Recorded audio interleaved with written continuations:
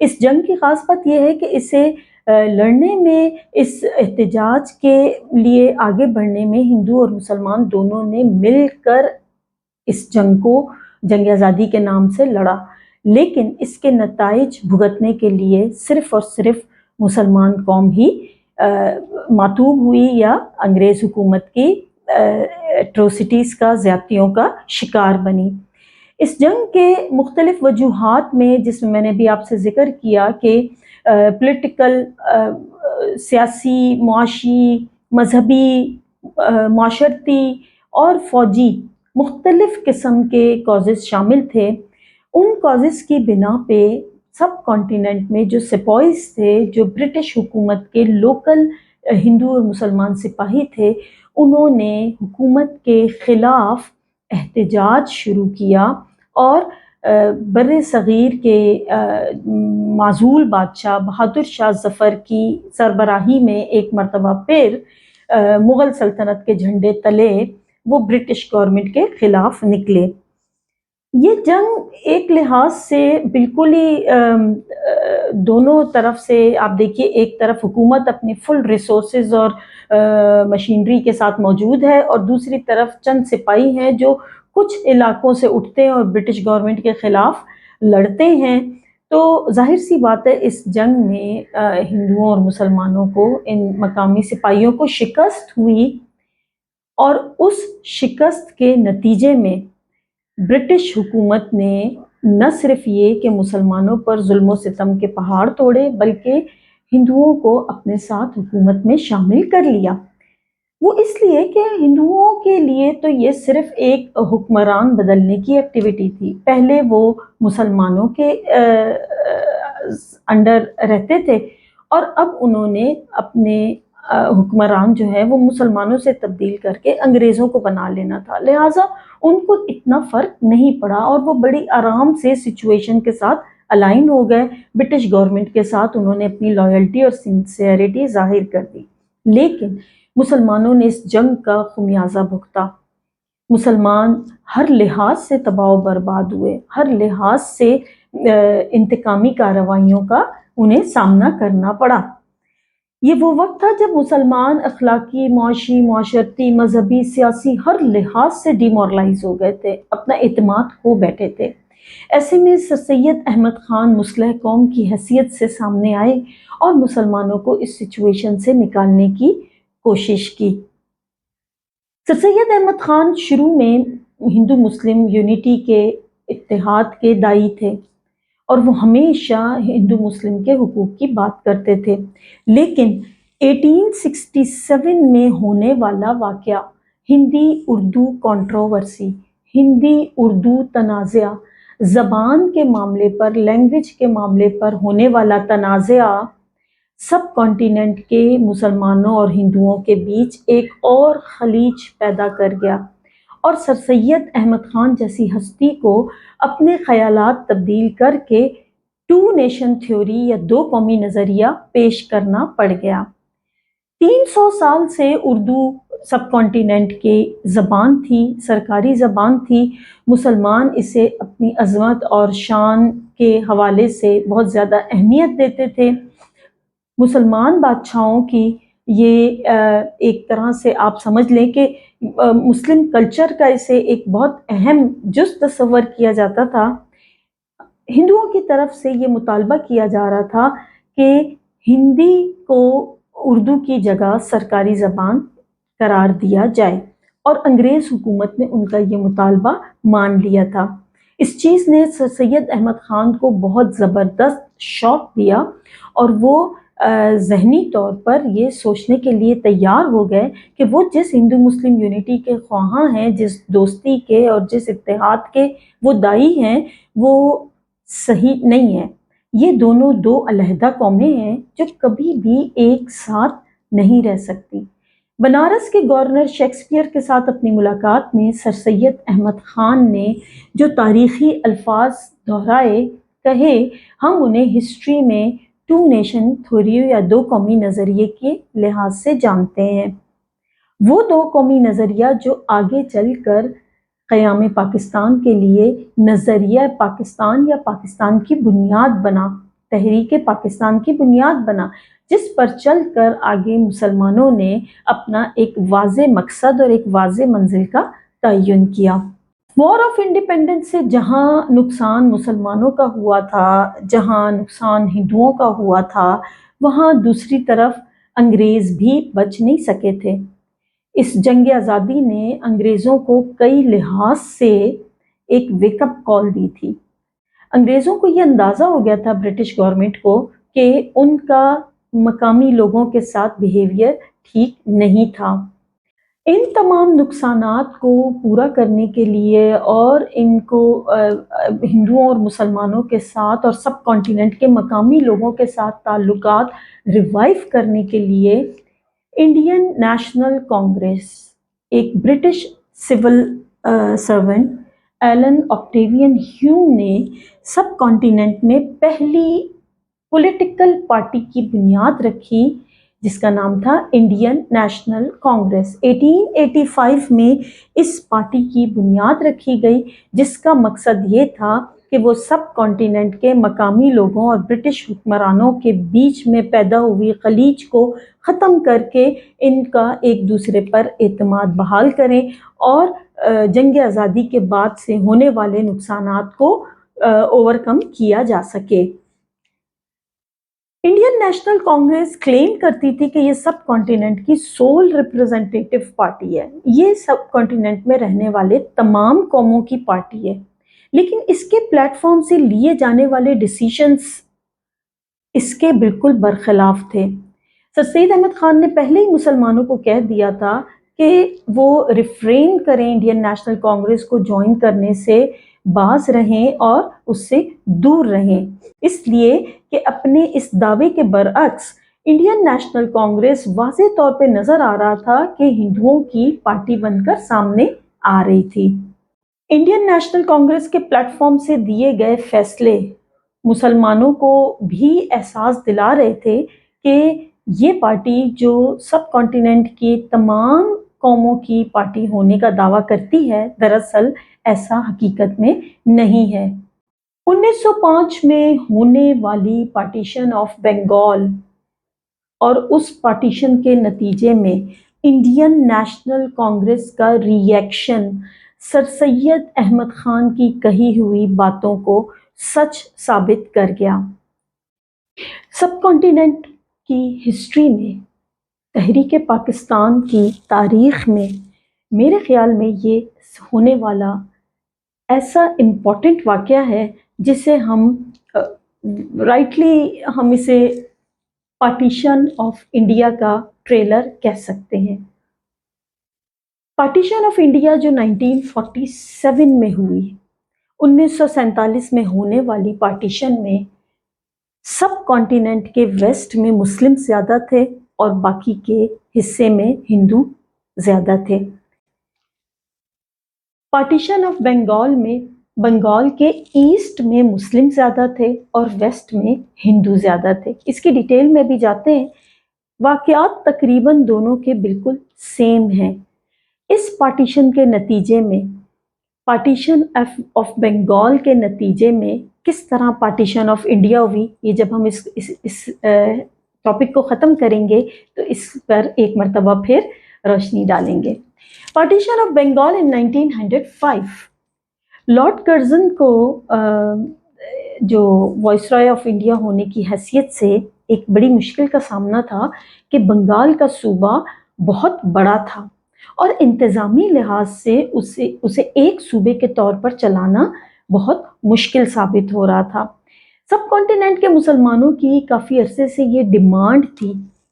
بنگال کے خاص طور پہ مسلمانوں کی یہ بہت عرصے سے ڈیمانڈ تھی کہ بنگال کے صوبے کو ایک کے بجائے انتظامی لحاظ سے 2 صوبوں میں تقسیم کر دیا جائے، جس صوبے میں حصے میں مسلمان زیادہ ہیں وہاں مسلم گورنر ہو اور جس حصے میں ہندو زیادہ ہیں وہاں ہندو گورنر آ جائے،